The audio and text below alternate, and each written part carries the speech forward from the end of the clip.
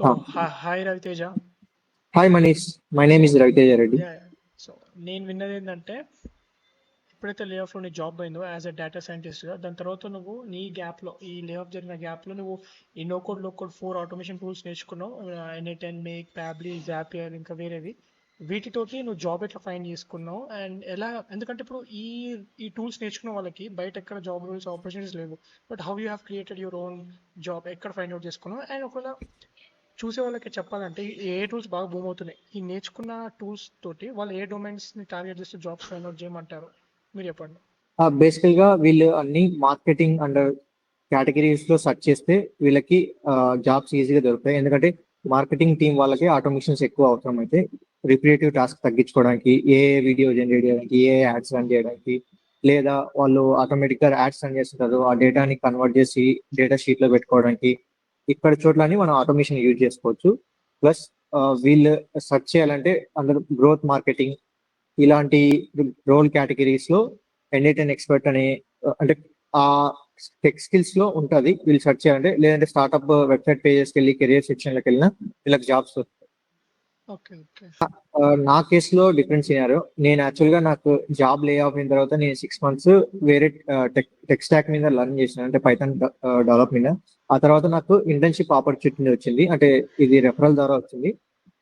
ఇక్కడ నేను ఫస్ట్ నన్ను పైథాన్ మీద ట్రైన్ చేశారు. ఆ తర్వాత ఆల్రెడీ వీళ్ళు ఏ డెవలప్మెంట్, ఏ నో కోడ్ లో కోడ్ ప్లాట్ఫామ్స్ యూజ్ చేసుకుని వీళ్ళు సర్వీసెస్ ప్రొవైడ్ చేస్తున్నారు. ఇక్కడ మా సిఇఓ ఉండి నాకు ఆపర్చునిటీ ఇచ్చారు, నువ్వు ఇప్పుడు నో కోడ్ లో స్విచ్ అవ్వు, నీకు ఫ్యూచర్ లో మార్కెట్ ఉంది. అండ్ రానున్న రోజుల్లో నో కోడ్ లోనే జాబ్స్ ఎక్కువ ఏర్పడతాయి. ఎందుకంటే ఇంకా ఫ్యూచర్ లో మనం కోడ్ రాయాల్సిన అవసరం ఉండదు. ఆయన ఆల్రెడీ ప్రిడిక్ట్ చేశాడు. దానివల్ల నన్ను దాని మీద ఆటోమేషన్ వస్తుంటే నన్ను దాన్ని స్విచ్ చేసి, ఆ తర్వాత నన్ను ఏపీఐ డెవలప్మెంట్ ఇవన్నీ నేర్చుకున్న తర్వాత నన్ను ఫ్యాబ్లీ అనే ఆటోమేషన్ టూల్ నుంచి నేను ఫస్ట్ స్టార్ట్ అయ్యాను. ఆ తర్వాత జేపియర్ జేపియర్ తర్వాత మేక్.com ఇవన్నీ ఆటోమేషన్ టూల్స్. నేను ఒక్కొక్కటి అండర్స్టాండ్ చేసుకునే లోపల నాకు ఇవన్నీ ఎక్స్పర్టైజ్ అయ్యి, ఎందుకంటే ఒకటి నేర్చుకుంటే మిగతా అన్ని సేమ్, ఎందుకంటే అన్ని ఏపీఐ ఇంటిగ్రేషన్ ద్వారానే వర్క్ అవుతుంది. నెక్స్ట్ N8N ఇప్పుడు కొత్తగా వచ్చింది. N8N లో ఏమంటే plus point automation plus A agents we can build it. అంటే ఏ ఏజెంట్ కి మనం టాస్క్ ఇస్తే ఆ టాస్క్ ని అది మనం ఇప్పుడు ఇక్కడ మాన్యువల్ గా మనం కనెక్ట్ చేస్తాం ఫ్యాబ్లీ ఆర్ జేపీర్ మేక్.com లో. ఏ ఏజెంట్ లో ఒకసారి కనెక్ట్ చేస్తే ఆటోమేటిక్ గా అదంతా కదే ఆ యాక్షన్స్ పర్ఫామ్ చేస్తుంది. సింపుల్ క్వశ్చన్, నీకు ఎన్ని డేస్ పట్టింది ఈ 4 టూల్స్ నేర్చుకోవడానికి కానీ, లేదా నువ్వు సెటిల్ అవ్వడానికి ఆ జాబ్ రోల్లో? బేసికల్ గా నాకు పట్టింది, నాకు అంటే టెక్ గైడెన్స్ ఉన్న వల్ల 3 months పట్టింది.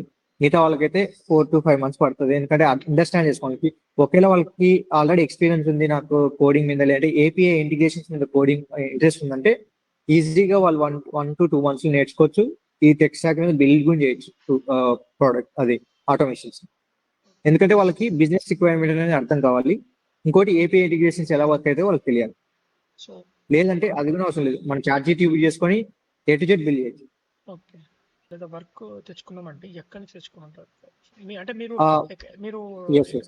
ఎక్స్పెన్స్ ఉంది కాబట్టి ఎక్కడి నుంచి వస్తే బెస్ట్ అని, ఎక్కడ ఫైండ్ అవుట్ చేస్తారని క్లైంట్ చేసుకోవడానికి మీకు వాళ్ళకి క్లయింట్స్ కావాలంటే వాళ్ళు బేసిక్ గా వాళ్ళు ప్రొఫైల్ బిల్డ్ చేసుకోవాలి ఫైబర్ లో లేదా అప్వర్క్ లో.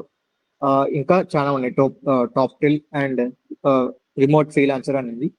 మెయిన్ గా ఫైబర్ బెటర్, అంటే ఈజీగా అర్థమవుతుంది, వాళ్ళ ప్రొఫైల్ బిల్డ్ చేస్తుంటారు. ఆ తర్వాత రెడ్డిట్, మన ఇన్స్టాగ్రామ్, అంటే వాళ్ళ గురించి అంటే వాళ్ళు ఏమేమి వర్క్ ఫ్లోస్ బిల్డ్ చేస్తున్నారో దాని గురించి అంటే పెట్టడం, లేదంటే యూట్యూబ్ ఛానల్ పెట్టడం. దానివల్ల వాళ్ళకి లీడ్స్ వస్తాయి. ఆ లీడ్స్ ని కన్వర్ట్ చేసుకునే విధంగా ఉండాలి. ఓకే.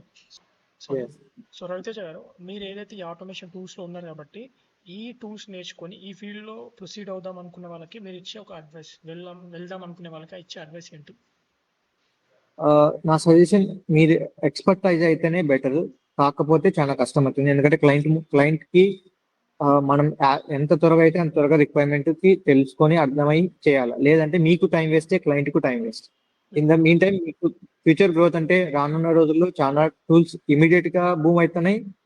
అది వాడేటోళ్ళు ఎక్కువ మంది ఉన్నారు, లేదా వాడి సొల్యూషన్ బిల్డ్ చేసే వాళ్ళు చాలా మంది ఉన్నారు. కానీ మీరు ఏ దాంతో ఎక్స్పర్ట్ అయ్యేది దాంతో మీరు కస్టమైజ్ చేసేటట్టుంటే మీకు ఫ్యూచర్ అయితే ఉంది. మీరు సాఫ్ట్వేర్ ఇంజనీర్ కన్నా ఎక్కువ చేయొచ్చు earning, but it will take time. Okay, అర్థమైంది.